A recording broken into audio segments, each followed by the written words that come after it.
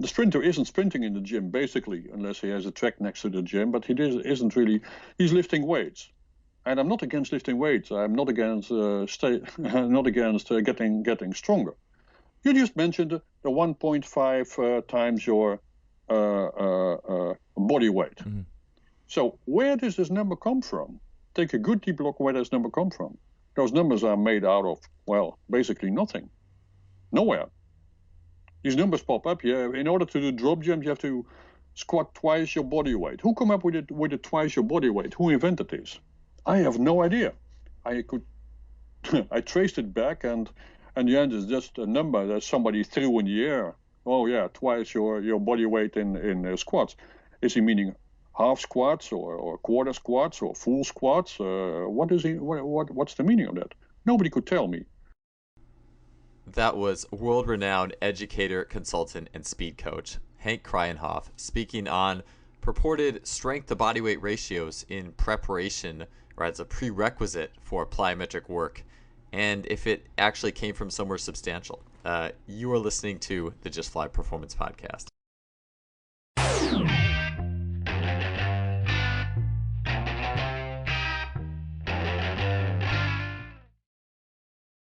Today's episode is brought to you by Simply Faster. Simply Faster is an online athletic performance technology shop distributing items such as the Freelap timing system, GymAware, K-Box, 1080 Sprint, and the Speed Mat. I've gotten many of these items from Simply Faster and can confidently say that they make today's best training technology available to everybody. The Freelap timing system has revolutionized both my practices and my athlete assessments, allowing me to look at the 10-meter fly capability of dozens of athletes in a matter of seconds. It is wireless, compact, portable, and incredibly versatile. The K-Box and 1080 Sprint are fantastic tools for any coach looking to build speed, agility, and implement training scenarios that go beyond the traditional weight room. The 1080 Sprint is being used by great coaches training some of the fastest sprinters in the world, and it truly represents high-performance speed training. I can personally attest that Simply Faster's customer service is second to none.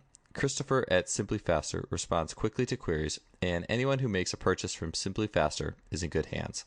If you want to acquire some of the best high-tech training equipment available, stop by simplyfaster.com. That's simply with an I, faster.com. They are the future of coaching technology. Welcome to episode 120 of the Just Fly Performance Podcast. I'm your host, Joel Smith, and today on the show we have back 100 whole episodes later from his first appearance, Dutch speed training expert, sports training expert, and consultant, Henk Kraaijenhof. I'm so happy to have Henk back. Man, it almost seems like yesterday that I did my first episode with him back in the really early beginnings of this show. And he was such an awesome sport. We had a lot of technical difficulties the first time we did this, and but he banged out the questions, had some awesome answers, and just a great guy to talk to. First time I met Henk, and I probably mentioned this the first episode, was Jay DeMayo's seminar. He did a brilliant presentation on speed, super practical, had a lot of information on velocity-oriented weight training, and how it wasn't necessarily new.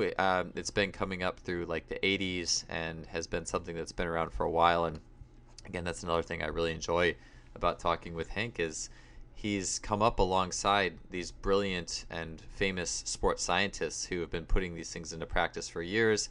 He stands on results and practicality. And in a world where there's so many either shiny training toys as a result of the growth-oriented economy, or so many training theories out there, I mean, ultimately it's the ability to put everything into a practice, the art of that creates the results. And so it's fantastic to talk to Henk on that level.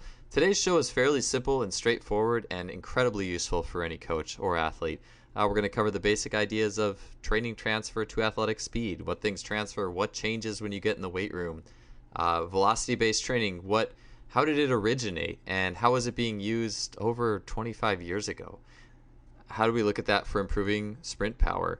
One of the things we're really going to get into as well, outside of the training transfer, which is certainly a common topic, is Henk's take on instability training and the use of that in the whole coordination training realm, and some ideas and concepts in there, and he's going to give his take on that. He's also going to talk about wearable resistance means to improve speed. And this takes me back.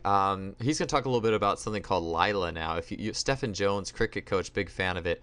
I'm going to have to get me a set of this because I used to use the old Don Beebe thigh weights back in the day. And I mean, just talk about something as simple as it gets, right? Like just basic weights, light weights that go on an area of your body like the thighs, and something that can be simple, practical, and extremely effective and extremely specific. He's going to talk about utilizing that. He's also going to talk about how to get training down to the bare bones, the bare essentials, and building from there rather than we tend to see everything that's shiny. Look at Instagram or whatever, Twitter. Oh man, I'm going to throw all this in the program.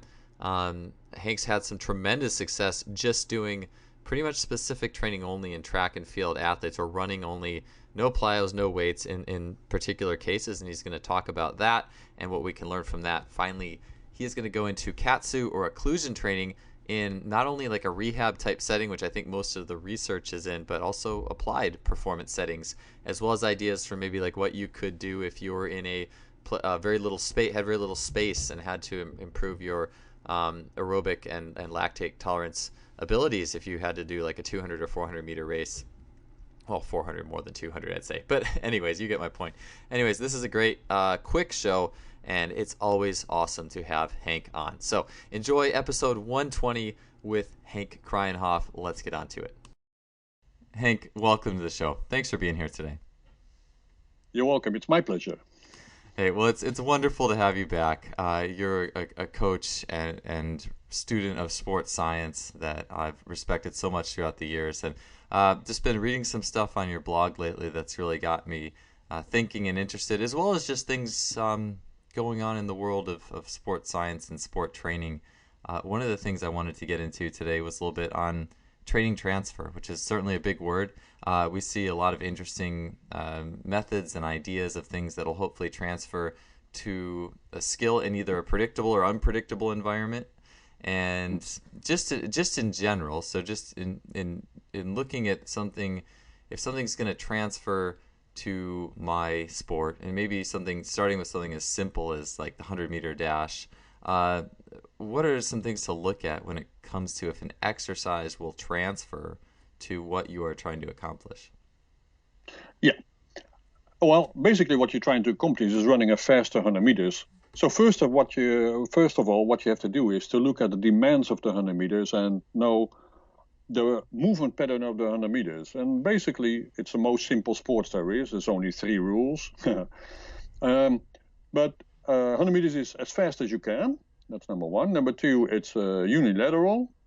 You move your center of gravity horizontally, not vertically. It's unloaded, and you mainly use fast-twitch fibers. It's also ballistic, so you have a contact time and a flight time. There's no continuous force generation in the muscle. There's a contact time with a heavy force peak and the flight time, which the muscles are mainly unloaded. Of course, they're contracting because otherwise you don't move, but you get the idea. Now, what you have to ask is transfer, and many things have been written about transfer already. The majority of books are written by my good colleague Anatoly Bondarchuk, but his work is hard to comprehend for coaches, so I like to keep it simple. Well, transfer is the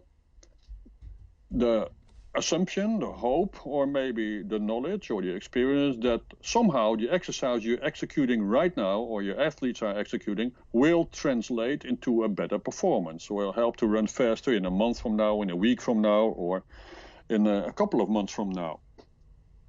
In order to judge the transfer, looking at the demands of competition, you have to find exercises that more or less look like the demands of competition. Then the transfer is easier and better than some exercises which don't look like the demands of competition at all. If you run 100 meters, breaking your personal best in bench press or in biceps curl won't help you a lot because it had nothing to do with sprinting.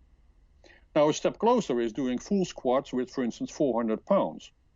Well, number 1, full squats are executed in a vertical way. Your center of mass is going up and down instead of horizontally. It's going slow. It's bilateral. You take off with both legs at the same time. You're recruiting fast and slow fibers. And it's because the load is high, the velocity with which you move is low. So it's very hard to find a good transfer from full squat to running 100 meters, in my opinion.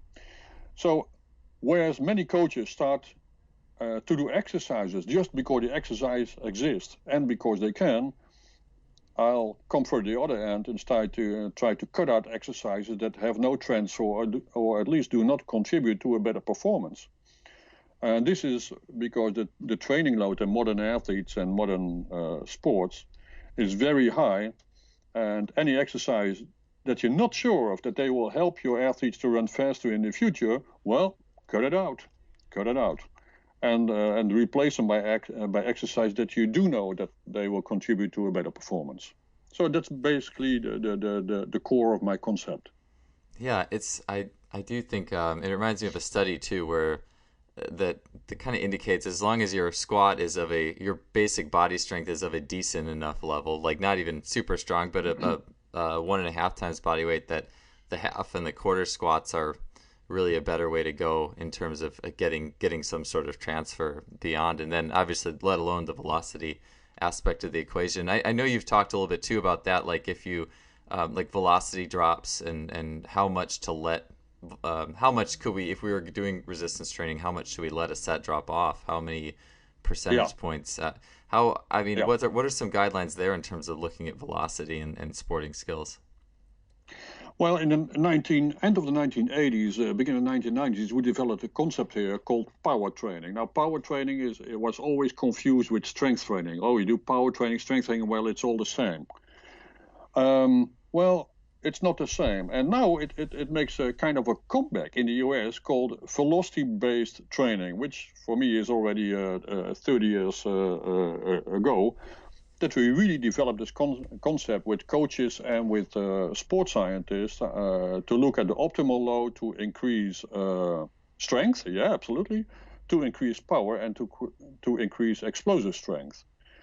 And so the movement velocity definitely plays a role. I would say, well, the moment you get into the gym, forget about specificity or forget about transfer, because in any gym, only very few athletes will do in the gym as they do in competition. Only the bodybuilder, the weightlifter, and the powerlifter can do in the gym what they do in competition. The sprinter isn't sprinting in the gym, basically, unless he has a track next to the gym, but isn't really, he's lifting weights. And I'm not against lifting weights. I'm not against getting stronger. You just mentioned the 1.5 times your body weight. Mm-hmm.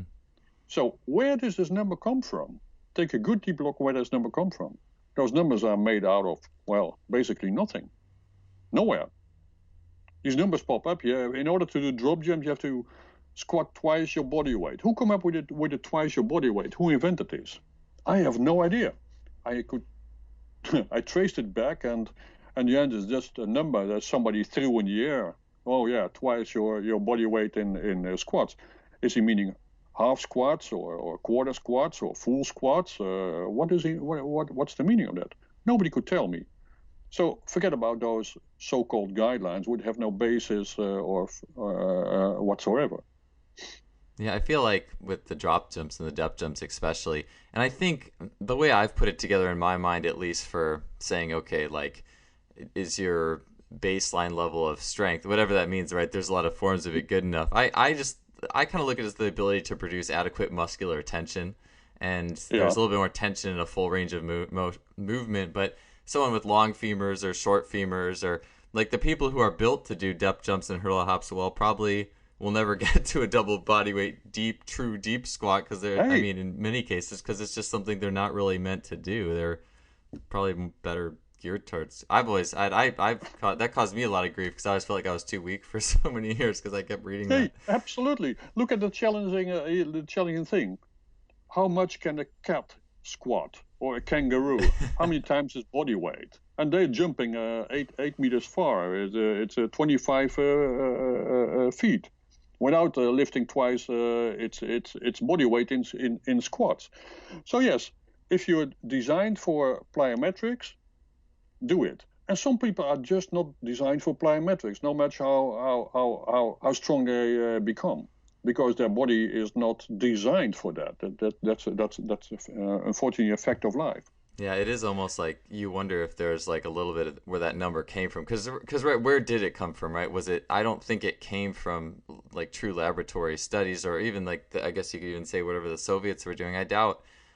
You look at the way those jumpers are built and you just it's kind of hard to believe in some respects. But you almost wonder if it's people who are jealous, like who are people who are really strong in the gym and watching the people jump and sprint by and, well, I could squat double my body weight, but they're jealous. So they, you guys have to do this too before you're allowed to do any of that plyometric stuff. Yeah, don't forget that body weight is a much more important factor. If you weigh 250 or 300 pounds, well, and you might squat even 3 times your body weight, then still you're in terrible danger by doing drop jumps, no matter how strong you are, because just in the end, the kinetic energy with which you come down is just tremendous. So you will still be in trouble in the long term if you do it make too many jumps. Yeah, I like the term I think you've used is like jumping is for cats, not cows. You mentioned the cats idea, and I've thought of this myself. Like you see a cheetah running or a cat, and it's like hard to imagine like, well, would trying to rig a squat or resistance, like a vertical nonetheless, as opposed to horizontal resistance set up on that animal and having them like go up and down, or so, is that going to make them fast? Like I don't see a cheetah running and necessarily think like it just really changes your perspective on things. You mentioned something actually I'd love if you expanded on it is the idea of like the weight room doesn't meet the horizontal speed that's coming up when you're actually running, like the need to mitigate horizontal velocity. And Exactly. so, I mean, is there really anything in the gym that could like, I mean, like you said, as soon as you step foot in the gym, I mean, that's probably the number one kind of disqualifier that's going to keep that gym exercise only at a particular level, I imagine. Well, what you see nowadays that people think, okay, sprinters, look at their bodies, they are strong. So what we do in order to sprint, and believe me, especially in Holland, where the weather in winter, or in Europe, where the weather in winter isn't that good, it's easy to hide in the weight room, get much stronger, do all kind of cool exercises with all kind of cool toys and gadgets, instead of going out there and sprinting and getting really, really tired of sprinting at a high level, the longer tempo runs and so on. So people like to hide in the weight room, and the coaches as well. So what you see is people are overly strong compared to their sprinting speed. People are squatting hundreds of pounds and they run 100 meters in 12 seconds. And that's completely out of proportion. That's why I see much more often than people who are really weak and just sprint very fast. Yeah, I and with the indoors too. I mean, it's an interesting situation a lot of times, and I know I used to have to. I was in that situation myself when I was coaching full time track and field in Ohio, and it was Yeah. snowing and cold, and you just had to make these decisions on what to do and where to go. I was going to ask you also. Uh, so either in the context of either sprinting or complex skills like team sport. Yeah. I know like instability and unpredictability training seems to be fairly popular. No, especially where you're at. But what's your take on some of that stuff, like the water bag training and this idea of creating a more robust athlete in using those training means? It's a good. One colleague of mine once said, "It's a great theory. I wish it was true." Uh, and well, if there's the best thing you can do with a water bag is throw it away as far as you can, because I'm pretty sure it's not going to help you. You have 24 hours a day, 144 hours a week, and tinkering with a water bag, overhead water bag to create instability and to increase core stability. Sorry, that's not going to be of any help. I wish Charlie Francis was still alive, and he is held in high respect throughout the US because he said about sprint coach. And well, he would give a pretty undiplomatic answer, I guess, if we're talking about instability and about water bags. I'm pretty sure, as a matter of fact, he would do that. And I'm just the same. Where does it come from? It comes, of course, from the world of fitness. And the fitness world has to come up with a new gadget or a new idea from Buns of Steel to Jane Fonda, from Reebok steps to you name it, to TRX. TRX is the same. It's a great way to spend your hour in the gym, but it isn't of any help to make an athlete run faster from A to B or to create a great athlete for sure. I would say, don't waste the time with the water bag. Just sprint. Run a 60-meter standing start full speed. That's more helpful to you than fooling around with a water bag and instability things. Robust athletes. I doubt if Usain Bolt has ever seen a water bag, and there's no doubt that he's a very robust athlete nonetheless. Yeah. Robustness the question is, does robustness come from good sprinting technique and being designed like a sprinter and training the right way, not making too many mistakes and leaving out all the other new stuff, let me say new stuff? I think it is. Yeah, one of the things I think about, and this particularly from the podcast with John Kiley, I do think about coordination, but I think about, and just about like, more so like a problem for an athlete to solve where they might make a mistake or something like that, like introducing some sort of, I think about introducing some sort of situation into training. But I guess in sprinting particularly, there's always, it doesn't, you wouldn't think how, it still should be as specific as possible to the context of what you're actually doing. Or maybe I guess you could even say like just like a stumble out of the blocks or something, like that's kind of a problem to solve. Or like, I know a colleague of mine, Darian Barrs, talked to me about that, like the when people stumble, like now your system has to reorganize, and it's a little more specific to what might actually happen in the course of a race. I know too, like Chris Corfus, who I believe we both know, will like put the pieces of track down, or like it's like a little switch step. Do you think there's value in, like, as long as it's specific to, like, pretty specific to the race itself, like little, I guess you could call them little problems to solve within the actual sprint?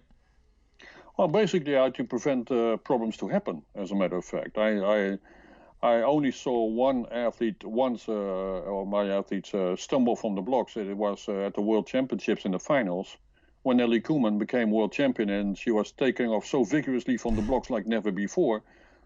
And the track wasn't fixated or glued to the underlying surface, so she kind of slipped, and she corrected very well. You can even see it on the tape. Well, that's the only. But normally, I try to prevent people from making those mistakes. That's why you have the training for. So I don't need to introduce those things and for sure not too often, as a kind of a variation. It would be very interesting, but why not stick to the plans, stick to the core work, which is sprinting. That's already a challenge more than enough. So don't bring any more extra challenges. You can sprint with your hands on your head, or with your hands behind your back, or you can sprint with whatever, which is good for a variation, or you're working with the average athlete.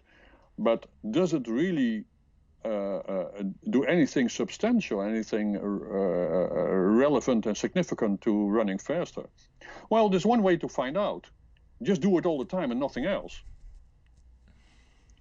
So let me take this comparison a little bit further. You compare it to superfood. What is a superfood? A superfood is something, it's the only thing you eat for 3 months and still you look good and you're healthy. That's a superfood. Well, you can try it. When most superfoods will fail, where the potato will do pretty well, as a matter of fact. And the same applies to training. If this is really going to help, then, well, why do any other exercises in the first place? So if running with a water bag, or exercise with a water bag, or any exercise would really help, then why do you still start from the blocks or still do maximum speed?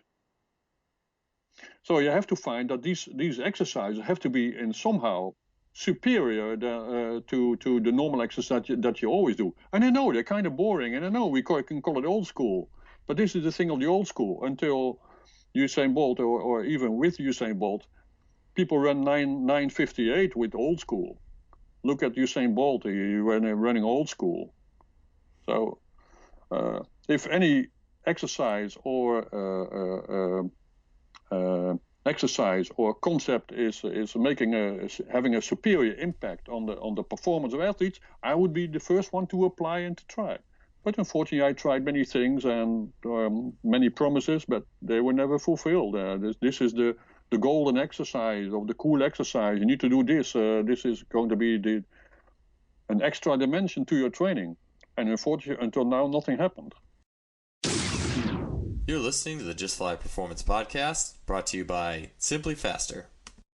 Yeah, that's something I always kind of live by in the sense of I always want to make sure if I'm using anything in my training or any sort of derivative of a sprint movement, I want to see that the athlete will actually run better or faster immediately as a result of the skill they picked up from what we were doing. And if they don't, probably didn't help very much. Like that's kind of always my short-term guideline, at least that's...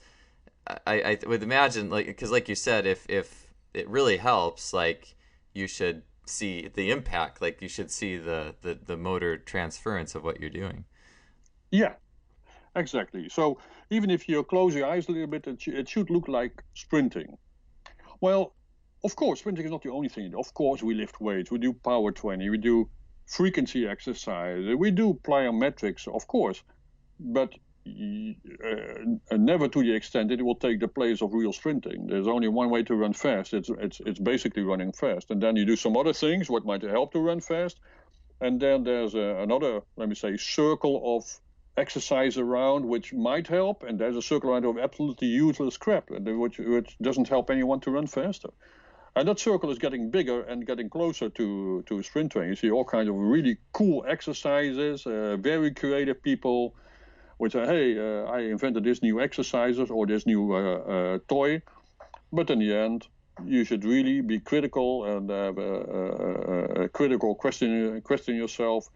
Is this really going to make me faster, or just an idea to waste my time and to waste my money on? Yeah, I think that the simplest means are always the best ones. And I was going to ask too before I got to the next question too. That race that Nelly Koeman won when she stumbled. What was the time in that compared to her other races? How was that? It would have been as fast if because it was a temporary track in Indianapolis. It was temporary, so every time you put your foot on the track and pulled, you pull the thing backwards.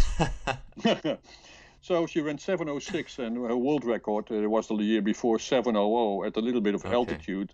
So she was running as fast, or maybe even faster. If you take all the factors, I think it would be 7:00 or 7:01, so not slower, because she compensated probably the shock of this happening. You know, when you stumble, you squeeze out a lot of adrenaline. Even might have made a win. Yeah, that's what I always wonder. One of my mentors, Darren Bars, got me thinking that when an athlete stumbles, they often still can run very, very fast. It's like a little like subtle reset of the system, or like you said, adrenaline shot. Absolutely. It's free. Yeah, it's legal. Yes, yeah, legal, exactly. So, that's good stuff. Okay, so I wanted to get then to we talk about specificity and transfer and speed. So, in terms of probably the most apparent way to get like a transfer effect would be like resisted or assisted sprinting. Just something that's subtle. It's still everything else is still there pretty well. So what's your take on using resistance to improve speed? Specifically, the question I have is wearable resistance to improve speed. Yeah. Wearable resistance is something relatively new. We have been wearing resistance in the form of weight vest, but they were heavy, bulky, and all centered around the upper body. Now, the wearable resistance you can use on your lower arm, your upper arm, your thighs, your calf, your tibialis, your glutes. You can stick them everywhere, and they're lightweights. They don't drop off if you start sprinting. They're lightweights, and it's basically the leverage giving you the load. It's not the weight itself. It's only 200, 150 grams, which is almost nothing compared to a barbell or a dumbbell or anything else. But it's just the leverage, and you can specifically mimic the exercise. So now you can sprint with the extra load will give you the specific strength. It's the most specific form of strength training if you execute it well. And you can also focus on certain different exercises or different muscle groups that you really want to focus on, like the hamstrings or the psoas muscle. So for me, it's a no matter how simple it is, it's a great leap forwards in the specificity, in training of specificity. Yeah, it reminds me a little bit of this is back. Well, is the resistance you're talking about? I know I saw Stefan Jones, who's been on this podcast before, who trains cricket players, has shown something called it's called like Lila. I don't know if that's it. It's like the little. Yeah, that's it. Yeah. Awesome. Yeah, the pyramidal shape. They're like little pyramids. Maybe I'll have to put in the show. Exactly. Like drop or pear shape. Yeah. Or fusiforms. Yeah, and so cool. And so that basically allows you to overload like specific muscles, really. So, and obviously without even having to get necessarily even say anything to the athlete, then you could use it for technique as well as strength in the development of sprinting. Try to run 150 meters with 1 or 2 kilograms extra load on your psoas, on your hamstrings, on your calves. You know it works. I mean, no matter the athletes, first day athletes, when they see this for the first time, say, "Hank, this is going to make me stronger." I mean, this is way too light. I'm really strong. I was at 200 grams. Well, wait until they start sprinting with it and finish the workout. You'll see. Yeah. So this was the heaviest thing I ever did. I felt like a RoboCop, and it was only less than 1 kilogram, less than 2 pounds.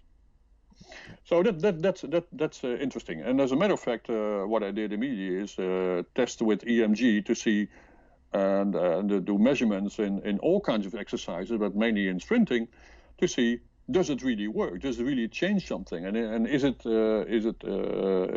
still specific? Well, you can see it's still sprinting. Even no doubt about it. You can barely see the decrease in running speed there, and you see a little bit increase in contact time. You see a little bit longer stride length instead of a shorter stride length. But of course, it all depends on the weight. It all depends on the placing, and it all depends on what weight you're using. That's absolutely, and the level of the athlete. That's absolutely true.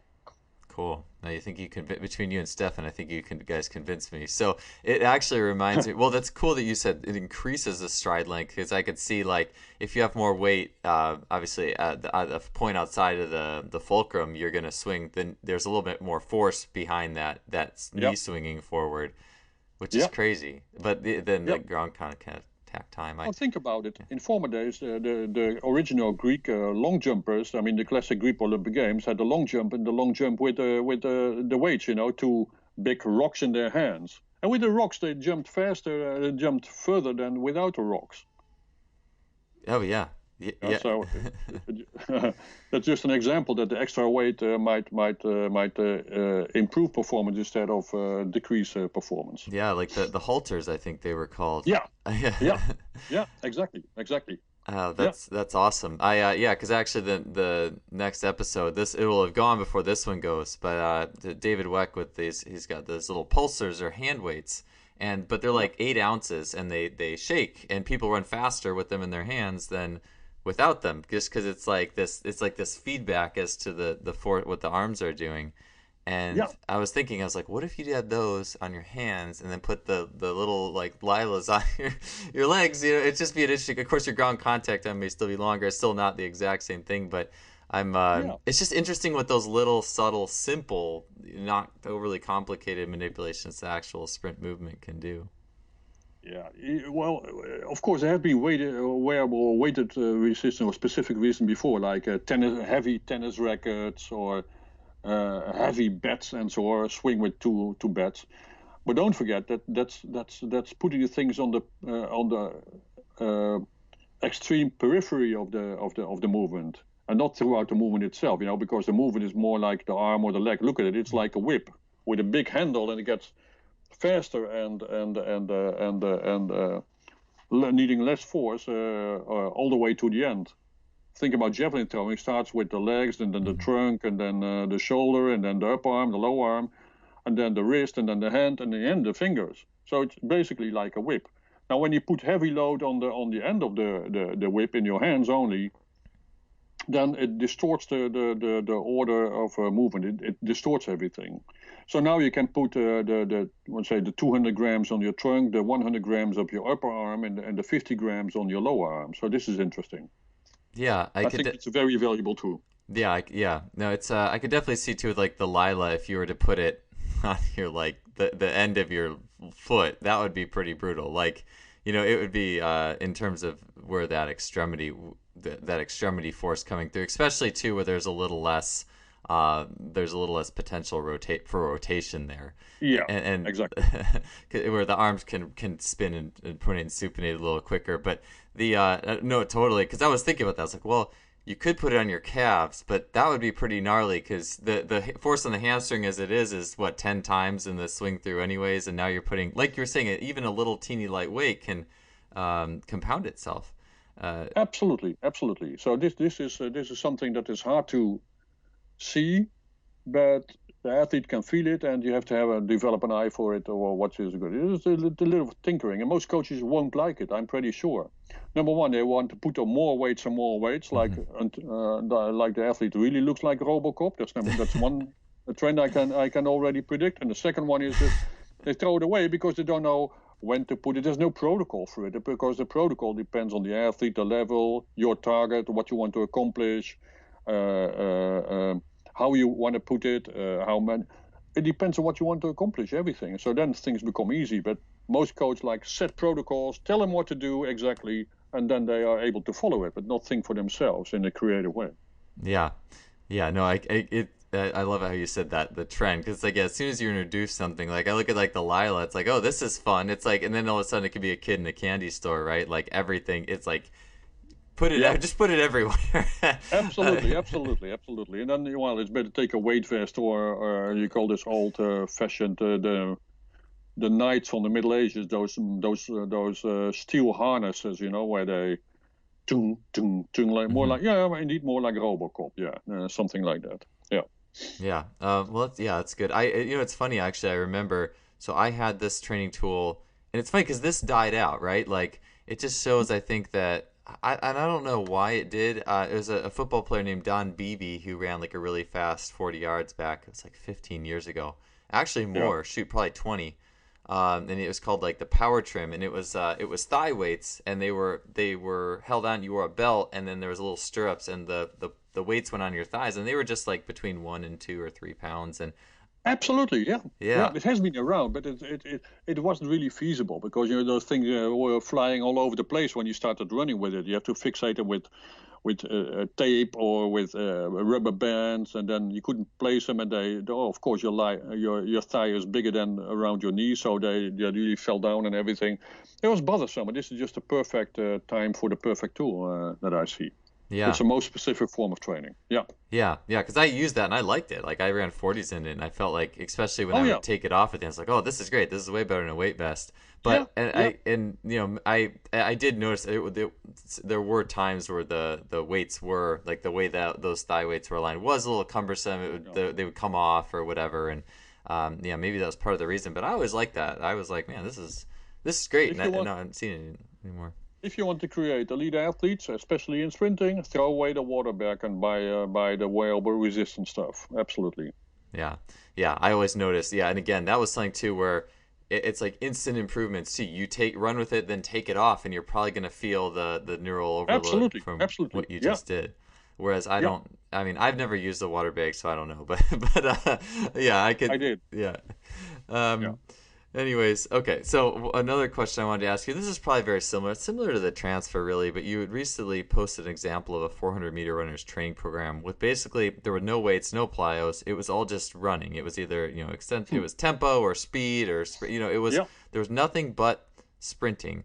So with this in mind, and I'm sure a lot of really high-level 400-meter or even 200-meter, maybe even 100-meter runners have had these...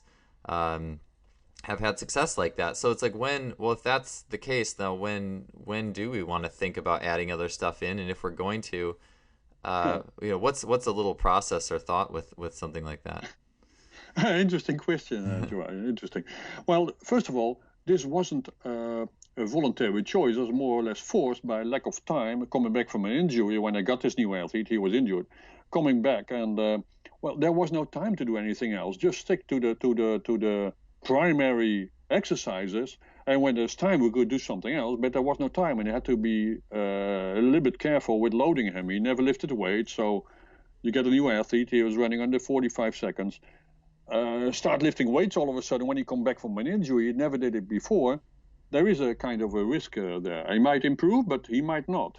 So leave the weights out and just keep the running. What makes him good? Running 300s and 500s and 150s and 200s. And yeah, he has to start from the block once in a while. But lifting weights and plyometrics, the risk of injury is bigger than by just pure running. Because if you cannot run 300 in the training, then your 400 out in competition won't do anything. And just lifting weights for sure doesn't make you a great 400 meter runner if that's the only thing you do. So it was not really. It was number one by force. It wasn't a choice. But doing that, I learned that by only doing the core thing, let's say like Jamie Oliver, the naked chef, only don't use 25 herbs and all kinds of interesting things. No, only keep the core work and see how far you get. And he got very far. So it made me think, okay, why am I doing all these other things then? What's the contribution? Well, less than I thought it was. So I started continuing with this idea and made this, basically this comp to keep it specific as much as possible. Then when you need to change something, and sometimes you need to change something, when you see there's a real deficit there, in strength, for instance, you can see a deficit. Or when you see explosive strength, the question is always, how strong do you need to be in order to run? How explosive do you need to be in order to run a fast 100 meters? Because many times the people confuse between what you need in what you do in training and what you need in competition. So some people, as an example, I've seen athletes say, okay, if jumping is very important, let's increase our explosive strength by doing lots of vertical jumping, and lots of vertical jumping, and lots of vertical jumping, and lots of vertical jumping. And they became great vertical jumpers. But they forgot that you have to run as well. And so on the track, nothing happened. But the vertical jump improved a lot. They were breaking all the records of vertical jumps. But they didn't get any faster. So you just don't overdo it. Keep things in perspective. That's an important lesson to learn. Oh, certainly. I think that's something that I've fallen in the trap of, or just noticed myself. Across my life, I've been a much better jumper, and then eventually weightlifter. As the more I got into that, than a sprinter, and it was just like the more I realized the mechanical differences and muscular differences between the two. It's just like it's you got to sprint and sprint with fast people nonetheless too. And don't get me wrong, I'm not against water bags. I might even use it in the training once or twice, just for fun.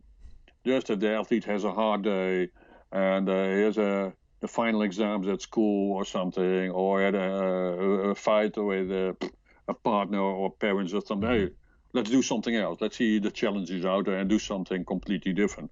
But not as an essential part of the training exercises or the programming. That's not the intention. So again, I'm nothing against weight. You got the people are strong. I like weightlifting. I like strong people. There's nothing against. We do lift weights, but I want to keep things in perspective. One person might need to get stronger than another person.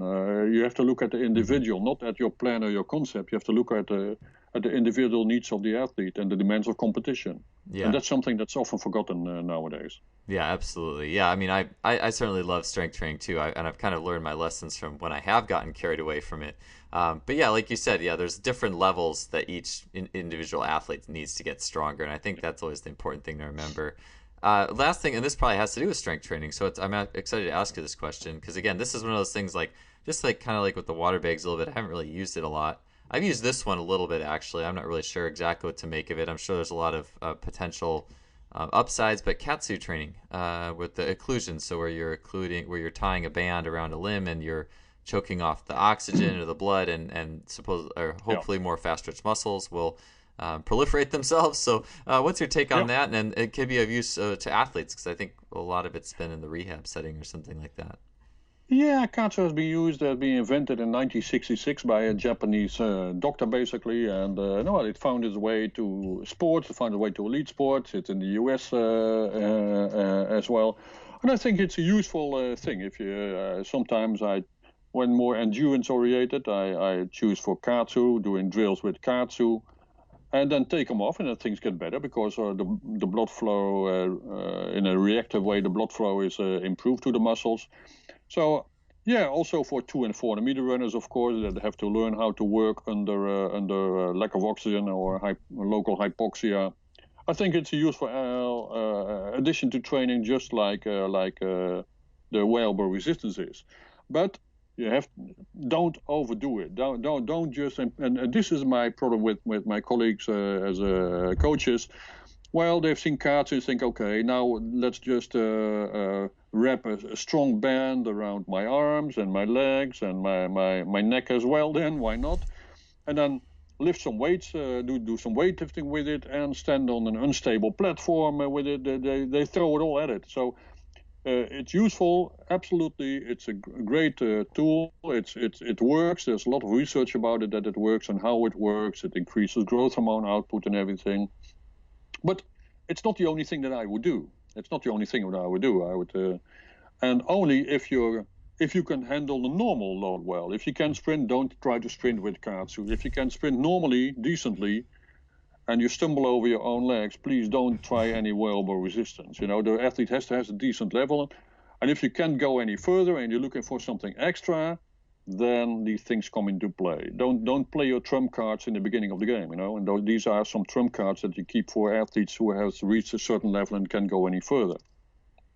Yeah. So with the katsu too, so just for someone who would want to, let's say, increase sprint speed and the idea of the occlusion, is that something that you could actually wear while running, or should it really just be done in resistance training type work? No, absolutely. You can wear it running as well. Absolutely.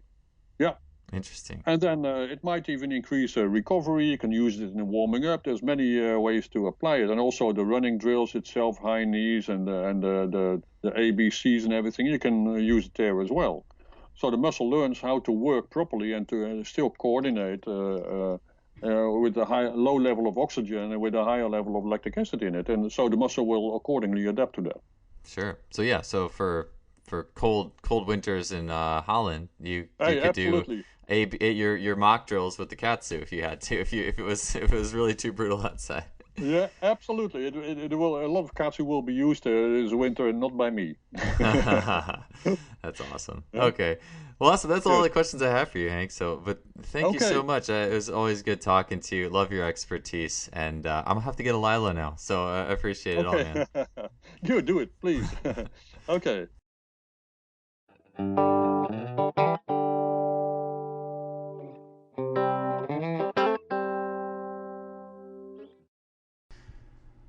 That wraps up episode 120. So almost exactly 100 episodes apart, Henk makes his second appearance on the show. Always good talking to him. We'll see you guys next week with another great guest. In the meantime, don't forget, visit our sponsor, simplyfaster.com.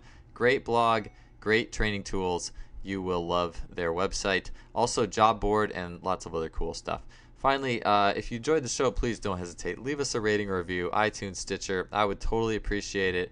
I know I do get a lot of really cool feedback on this show. So if you've taken the time to reach out to me, I always appreciate it as well. Show us some love and send us a rating, or give us a rating. You don't really send it to us, but you know the deal. iTunes, Stitcher, throw up some stars on there, and would love that. So we'll see you guys next week. Have a good one.